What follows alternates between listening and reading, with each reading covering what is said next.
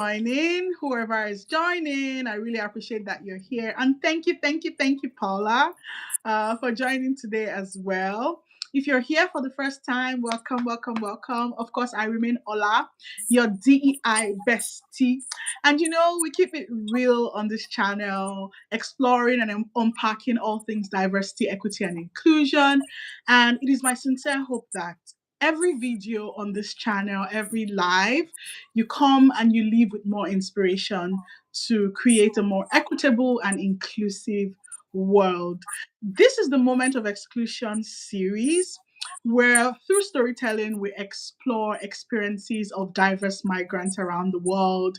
We have very relatable and very grounded conversations around inclusion and the experiences of migrants because these conversations are really critical. I was saying to Paula just now that we have these conversations in our bubbles.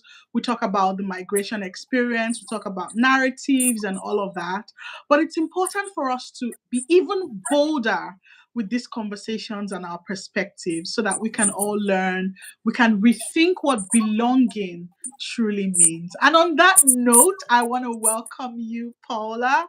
Paula, my amazing colleague. We have worked together on a few projects in the past, and hopefully we'll work on a few more. Yes. But Paula is one person that I know is just really deep, really grounded, with very rich experiences. She is, in fact, I'll leave her to introduce herself. But what I'm going to say is that she's an amazing person who's just so brilliant. And every time she speaks, I just want to keep listening to her. She keeps dropping the gems.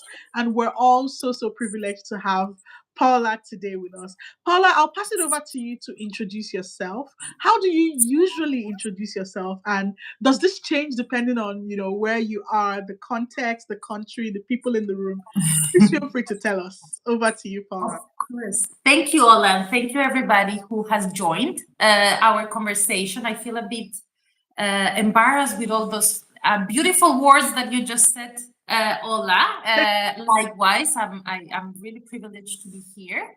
I'm Paula Trujillo González, and I make this clarification because I always use my two surnames, Trujillo González, because it's a way of honoring my mom. So in Colombia, your second last name is from your mom's family. So this is a way for me to say, I have a dad, but I also have a mom. So the little feminist in me is always bringing this flag. So that's how I introduce myself. And it really depends on the setting and the language, to be honest. I've been living in different countries. I speak a few languages. So it really changes with where I am. If it's a work setting, I normally introduce myself like with my two last names and what I do, and with my nationality. I think that's very important for me. I think it kind of gives a bit of information about where I come from. So I'm from Colombia because we haven't mentioned that. We are yes, I am from Colombia, and I normally introduce myself like that. I mean, social settings, it really depends. But I always bring my mom's name with me. That is so special. And I never knew that. I really wish that they had something like that in my culture because I love my mom's last name. I wish I wish I could always bring it with me, but oh well, I'm not Colombian. Thank you, Paula. Paula, you describe yourself interestingly as a traveler at heart and a migrant by experience. The very first time you shared that with me, I was like, what does that really mean? Especially in your current season where you are now. What does that mean? Please share with us. Well, it means a lot to me, actually. If you want to understand my personality, I think this is a sentence that really describes myself. I have been migrating for the last 13 years, so it's almost a quarter of my life. I'm 37 now. I left Colombia at my 24, and I lived in different countries, and I can give you more information later about this. But I think for me, migration is the experience that I came to have in this planet, if I can say that. Migrating for me, it's part of who I am. It's part of what I do to grow, right? Like I always link it with a bigger purpose for me. It has always been to be better, to evolve, to study, to work. So that's why I said I'm a migrant by experience, because it was has been a constant in my life and what I use to grow. But a traveler at heart is because traveling is my passion, to be honest. Is where I am my most honest self traveling. Like I'm very relaxed, I let go, I do not control things. Yeah. Is where I feel more connected with myself, is where I make very important decisions when I'm traveling. I feel that there are no expectations around me when I travel. So that's why it's something that is so dear to me. And I do it very often. And I enjoy every little thing, the cafe, the new restaurant, the landscape. And yes, that's why I say, like, I've been migrating by experience, but I am a traveler at heart, because I think it's two different things. Migration comes with different struggles, I would say. Yeah. And traveling is more to enjoy. Yeah. Wow. I actually never knew that you had migrated a lot, like 13 years. I only know that you currently live in Lisbon. But wow, 13 years is a lot. I really hope we can dig into, all of Yes. those experiences as much as we can on this live. But I know that, Paula, you recently, well, not so recently, but you moved from Colombia to Portugal. What brought you to Portugal? What were the expectations that you carried with you as you came? I'm not quite sure if it was from Colombia to Portugal or from somewhere else, but please feel free to clarify that. But I would really like to know, what were those expectations that you brought with you? Yes. So yes, it was from Colombia. So I will give you a bit of background. I left Colombia at my 24 and I went to Paris to study a master. I was there for 2 years, and then I went to Geneva to live, and then for personal reasons. So I was there like for almost 5 years. Then I came back to Colombia and COVID hit. So I had to stay in Colombia for 4 more years, and then I came to Lisbon. So what brought me to Portugal, actually, I was a bit lost at the time and I didn't really know what to do. I knew I wanted to keep working in this sector. So I work as Ola in the international justice sector, but I didn't want to stay in Colombia. And I did a solo travel. As I mentioned before, while traveling, I made very important decisions in my life. And I did like a solo trip for 2 months. Ooh. And then I landed in Lisbon and I said, I really want to live here. Like I just felt it. It sounds very romantic. It was very romantic, but it was like this. And I just had to make it work in my mind.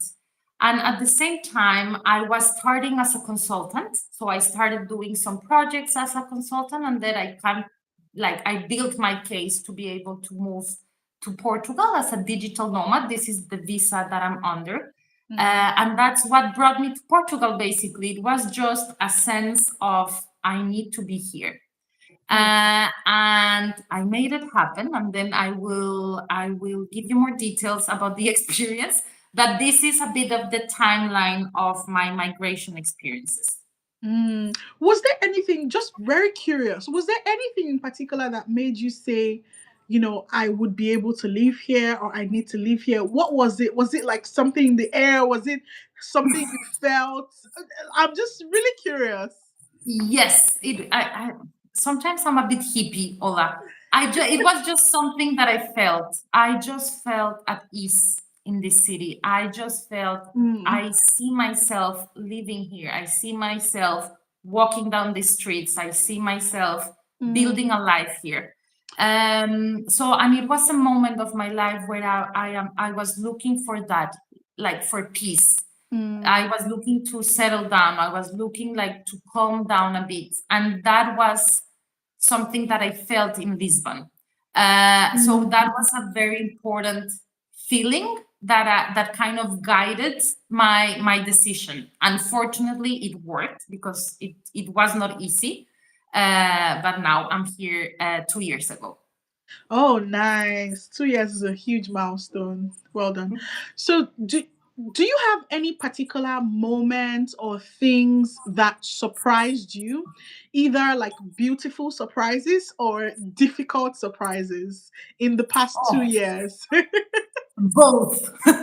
Many of both. So let's start with the good things. I think this was my third time migrating, right? So I kind of had these expectations that people were going to be closed, like Europeans Mm, are different from Latin Americans, for example, that we yeah. tend to be more warm.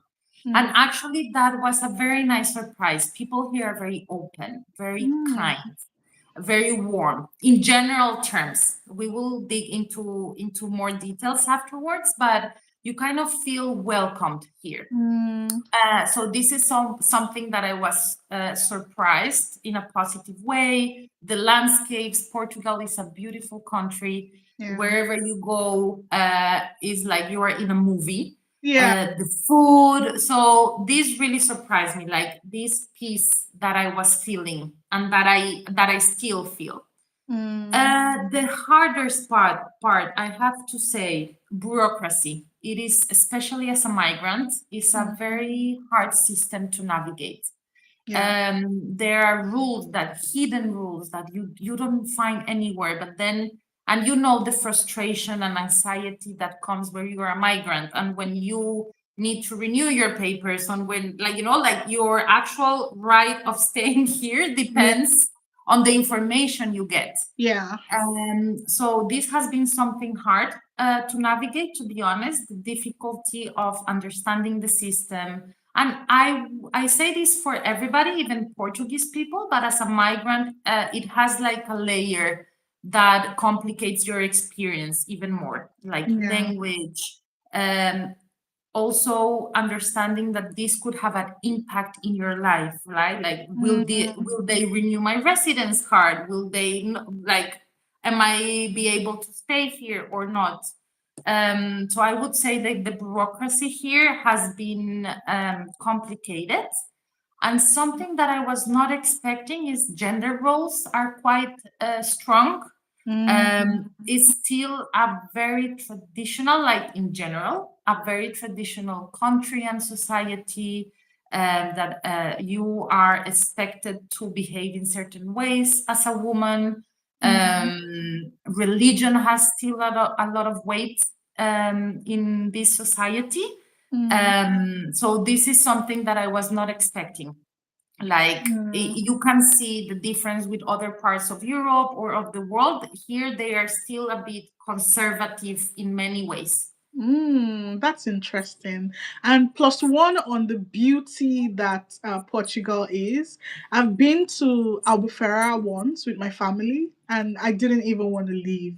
Just the drive from the airport to the resort where we stayed was just breathtaking. And as someone who lives in the Netherlands, where we're pretty much on flat land throughout, that was so beautiful to just enjoy. So I really agree with that.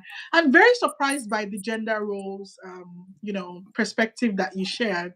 One might just make the assumption that because it's Europe, things are more, how will I put it now, more different and Yeah. just more open than traditional roles. But that's interesting to hear. Sorry, if you see me looking this way, I'm looking at the questions. No worries, no Yeah, worries. yeah.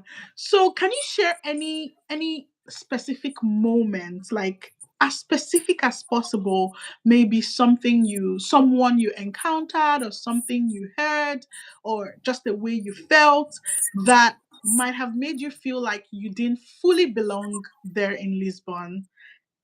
Can you remember any of such Yes. encounters? Yeah. The thing, Ola, I never have a short answer. It's never Of course. dull with me. We're, we're here. It's never, there's never a dull moment with this Colombian woman. Please, I want to Um, hear all of it. it's the thing is belonging is the topic for me. Mm, And I think that's why, for me, migrating is very linked to this sense of belonging. And I think mm, this is what I keep pursuing with every time that I've moved yeah. is, where do I belong? Where do I fit? Is Mm, this my place? Where are my mm, roots? And I think yeah. maybe we, all migrants can relate in a way. Um, so of course, I felt that in Lisbon, but I don't think it's particularly in Lisbon. I Yeah. have felt that in many other parts where I have lived, and even in Colombia, where I'm from. Like, Mm, this sense of belonging sometimes is complicated. yeah. I would say that here in Lisbon, there's a lot, like in everywhere, there's a lot of stereotypes as well, Mm, depending on where are you from. And unfortunately, my nationality brings a lot of weight in terms of drug trafficking yeah. and exactly. So I would Yeah. say that, and here in Portugal, surprisingly, there's a lot of comments of people about cocaine, if I bring cocaine, if Oh I my have God. drugs, or they mention Pablo Escobar. So these little moments remind you that you are not from here, and that you kind of also have this weight of the past of your country.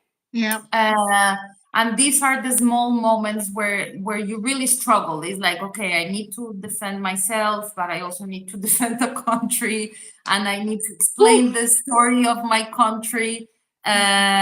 So it's a bit complicated for me when people come with this type of messages.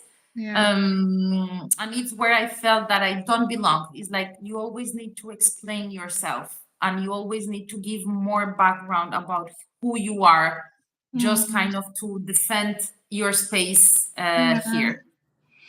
Wow, that's so heavy. And I'm so sorry that people still do that in 2026. They Like, one do. would imagine that everyone is doing their best to unlearn stereotyping and all of that. As a Nigerian myself, I've had my fair share of that. Like, people always somehow assume that you know a lot about fraud simply because you have a Nigerian passport. Yes. And yeah, the stereotyping can be a lot. But what I always say to migrants is that you are not you're not in any position to defend your country. That you hold a passport or you identify as a citizen of a particular country does not place you in the position of, educator of everyone about your country and everything that has to be, everything about your country. People want to hear your perspectives. You actually have a right to not engage. Like, you actually have a right Yes. to say, I don't have the bandwidth to engage. The internet is open. If you're really invested, you can go online and learn more about this. But don't put me under the pressure. Don't put me on the hot seat, of like having to explain that. That's just weird. I wonder, Paula, as someone who is a human rights professional and having done a lot of justice work, Yeah. where your work is supporting equity and Mhm. just advancing inclusion for others, how did you then feel to be experiencing this kinds of exclusion and feelings of not belonging yourself? Yes, that's a very good question, because actually, because of the work that we do, I think I didn't mention this, but yes, I am a human rights and gender consultant. Yeah. And because of the work we do, I think we also kind of feel that we always need to include people, to be to have those lenses. Yeah. So I think it's been a very interesting experience to live that as a migrant, as Mm, like myself, how my age, my gender intersect with this migrant experience. mm, And how do I feel excluded sometimes? But I have to say, and it's very important to clarify this, Ola, because in Portugal, and I think in other places as well, it depends where do you come from, the color of your skin. And here in Portugal, I've noticed a lot that there are different type of migrants. yeah. It's the good migrants and the bad migrants. Yeah. Yeah. So I think my experience as a migrant in Portugal has also been impacted by the fact that I am white. So people sometimes are more open with me. Mm, or I come from a country where they don't have a lot of issues with Colombia in Portugal. Maybe if I was in Spain,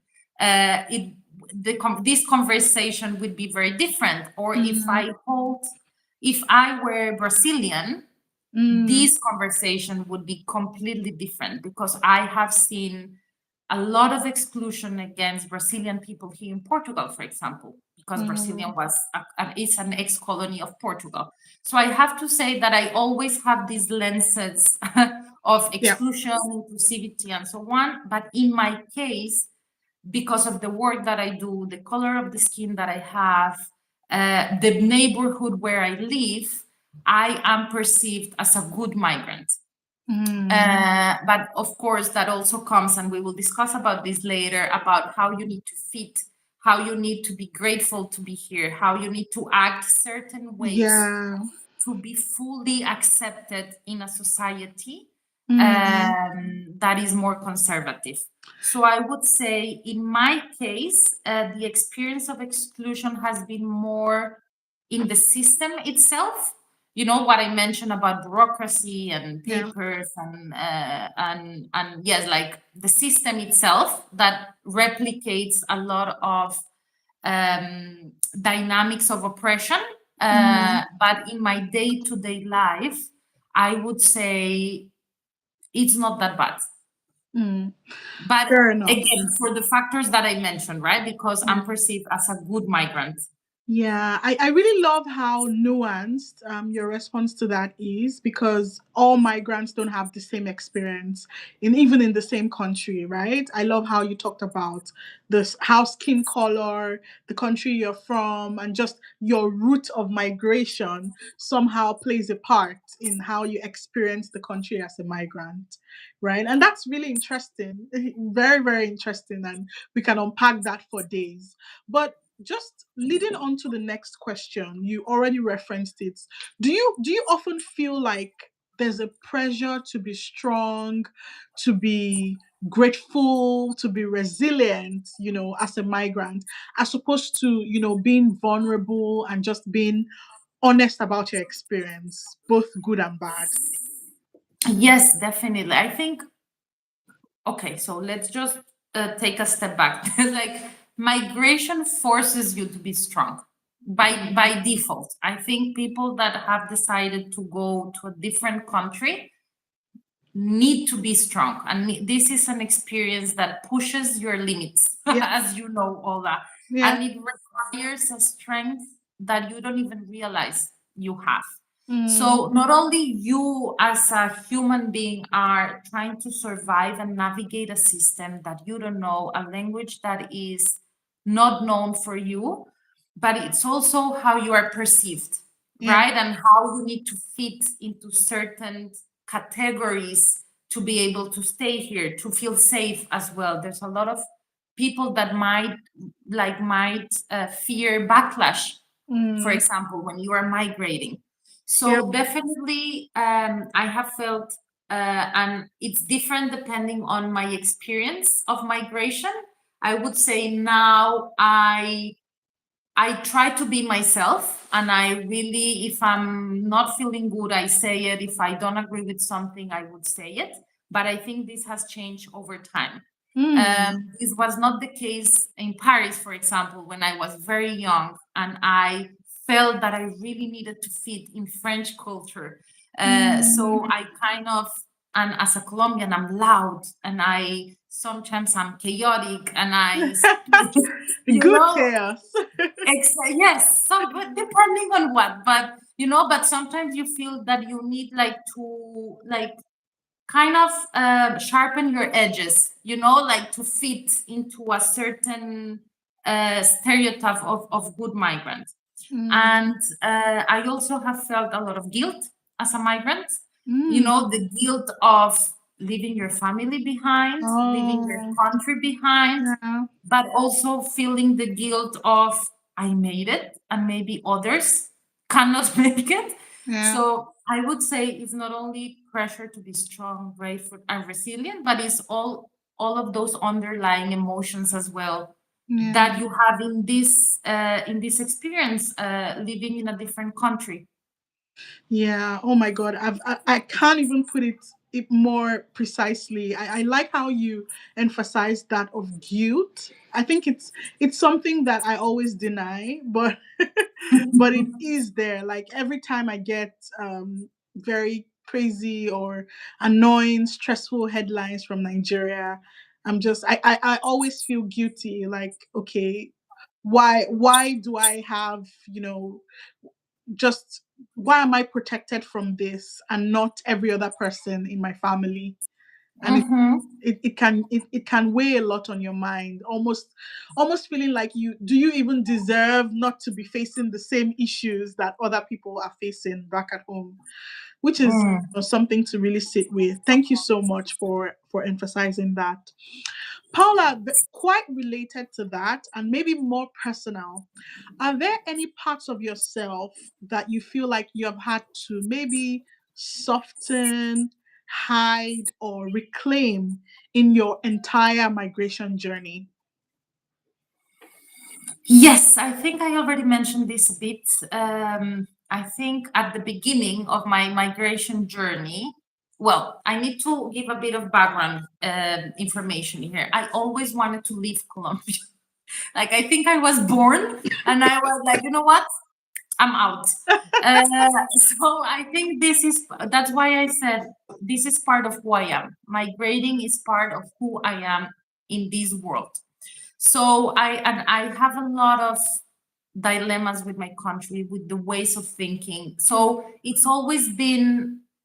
there's always been friction between me and my country of origin, Yeah. because I know that I am the amazing person that I am because I come from there. And I know we have amazing characteristics of as people, as culture, as society, but I also struggle a lot with other stuff. Yeah. So, in my case, I had to do a lot of work with myself, let alone the others in my migration experience in a different country, of accepting who I am and where I come from. Mm. And then I had to accept that this is who I am. I am from this country. Mm. I I cannot be from any other country, at least in this life experience, if we want to get spiritual. So I think in my first years as a migrant, I tried to decolombianize myself, like don't be loud, don't be too much. Try Mm. to speak, for example, in France, try to speak French without an accent. Like that, they won't, they will integrate you in their society. Yeah. And I can see that that changed over time. I think now I kind of embrace who I am, Mm.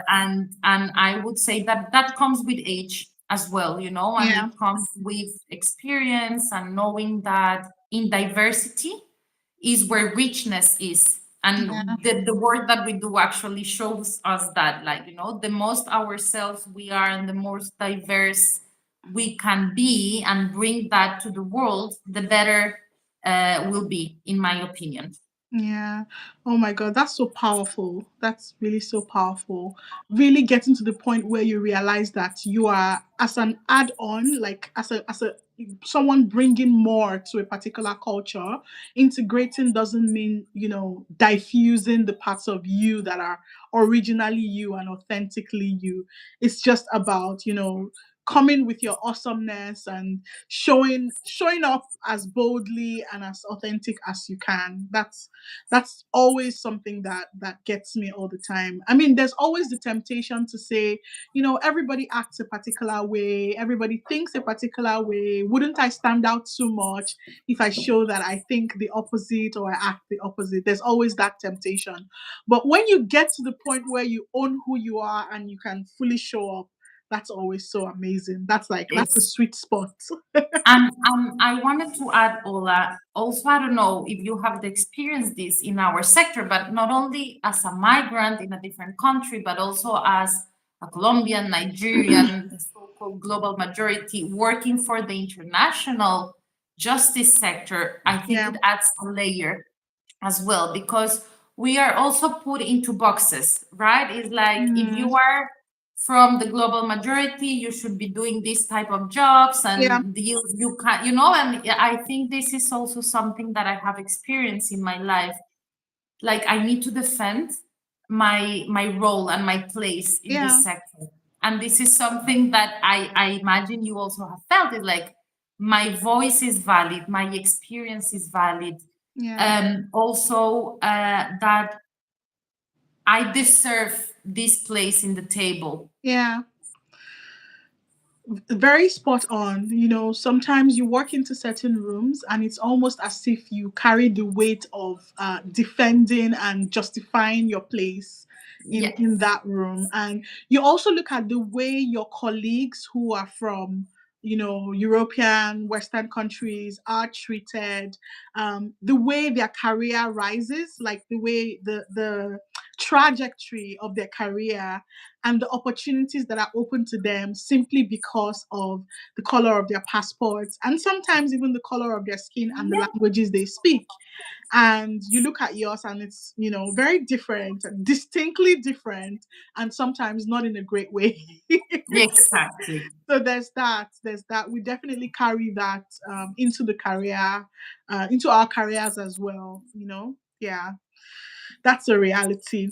Paula, would you say that there are also some unexpected ways that you have found belonging? It could be in small ways that you can almost overlook, and it could be also in very significant ways as a migrant. Yes. I think it really depends on the person. In my case, I have felt this is like little stuff that I do every day. Mm, And it's more about knowing who I am yeah. and what I bring. It doesn't matter if it's to another culture, to another country, or to another like group of people. But I Mm, think it's just you create it every day. yeah. Like there are people, yes, there are peoples and places that you just fit with. It's like what happened with me and Lisbon. It's like, oh my God, I want to be here. But I Mm, think that's very rare. I think you also create those spaces, and for example, something that has been very important for me to have this sense of belonging has been community, and how mm, you choose with whom you spend your time with, yeah. right? And what safety nets you create, what community you want to be part of. And I Mm, think having that for me has been key to build that sense of belonging, mm, and to say, you know what, maybe I struggle with belonging somewhere, but I know that I have these people and these places that I can reach out to when I'm not feeling okay. yeah. I would say also people with similar values or similar worldviews of yours. At Mm, least me personally, I know we need to be tolerant, but how the world is right now I have little tolerance for people, for example, anti-rights people or non-progressive views of the world. yeah. So I have find myself deciding what spaces I want to go, Yeah. and finding people with similar values, views of the world, and so on. And for me, that's been key to Mm. have this sense of belonging.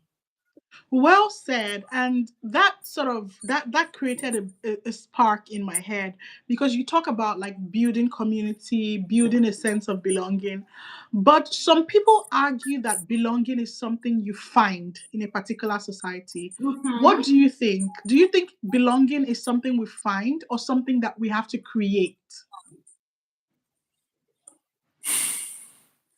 For me, it has been something that I had to create for myself. Mm, I see other people, they just belong. Therefore, that's what I'm telling you. For me, belonging is the topic of my life. So mm, I see for others is very easy, or at least it seems very easy. mm, They just find their places, they just find their people. For mm, me, it has been different. For me, I have to look for it. For me, it's something that I have built throughout the years, and mm, that has been linked. I think it is proportional to what I know about myself. You know, the more I know myself, the more I know where I belong. So I don't know Yeah. if that makes sense. Yeah, it does make sense. But then there's also the perspective of other people within the society doing their best to ensure that belonging is easier for others, Mm, especially for those who are coming into their community or their society as, newcomers, people who carry a different identity, who carry a different, worldview. How can others in the society sort of do their best to make sure that the system is one mm. that can easily be owned, and just people can come in and feel like there's a place for them in it, no matter how sort of different they are. Do you get what I mean? Yes, but I don't have the answer. I don't know. But do you mean like entitlement? No, no, no. I mean, like, in terms of finding belonging versus creating belonging. So Mhm. sometimes there are some societies, at least from the experiences of people that I speak to, especially migrants, there's some societies where it's harder to create such Yeah, communities. So it's almost like there are barriers to belonging. It's like, people don't want to understand that there are people who would have different worldviews. There are people yeah, who would do things differently. There are people who would adapt and adopt a different way of thinking, of living, of dressing, for instance. And it's like, if you come into our society, it's either you imbibe all of the values we have and all of the, elements of our society, or the punishment for you is that we'll never look at you as being one of us. okay. And now I Yeah. understood. Yeah. So that's the perspective I was talking about in terms of creating versus finding belonging.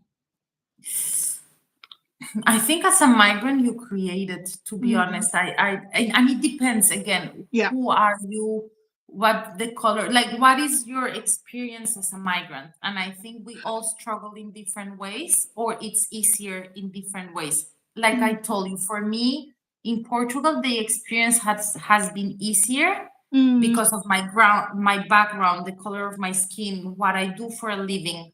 yeah. So for me, it has felt less hard in a Yeah. sense. Mm. Yeah, and I understand that, and I appreciate that you understand the privilege that is as well, right? Mm, Paula, we're getting to the end of this conversation, which has been amazing, by the way. Thank you so much for always being so brilliant. But I'd like to know, if you could create a more inclusive Lisbon or Portugal as a whole, what would that look like to you? And I'm not talking about it in terms of policy or, mm. technical jargon, but like everyday lived realities. What does a more inclusive Portugal look like? I would say it's linked to what we were talking before, that things are open for everyone. It Mm, doesn't matter where you're coming from, what's the color of your skin, what do you do, and that everyone is able to uphold their rights. You know, it's not because I have this profession or I hold this passport that yeah, now I can get access, I don't know, to the health system. Or, you know, like I feel that even though Portugal has, they recognize themselves as an open country and that they welcome people and that they were good colonizers, I feel there's a lot of, I feel there's still a lot of exclusion and a lot of anti-migrant discourses, depending on who you are and where you're coming from. mm, So I would say that the system definitely needs to be more open to everyone, and rights are for everyone. It doesn't matter where you are from, the passport that you hold, the legal status that you hold. And for me, that would be ideal here. yeah, yeah, yeah. Well said. Well said. Thank you, Paula. And finally, before we let you go, if you could somehow, turn back the hands of the clock and speak to your younger self, the younger woman that you were before you migrated, what would you tell her? the young woman that I am still. I said See, younger. I'm too Younger. younger. You're still young. Life begins at what, 50? Exactly. Please come on.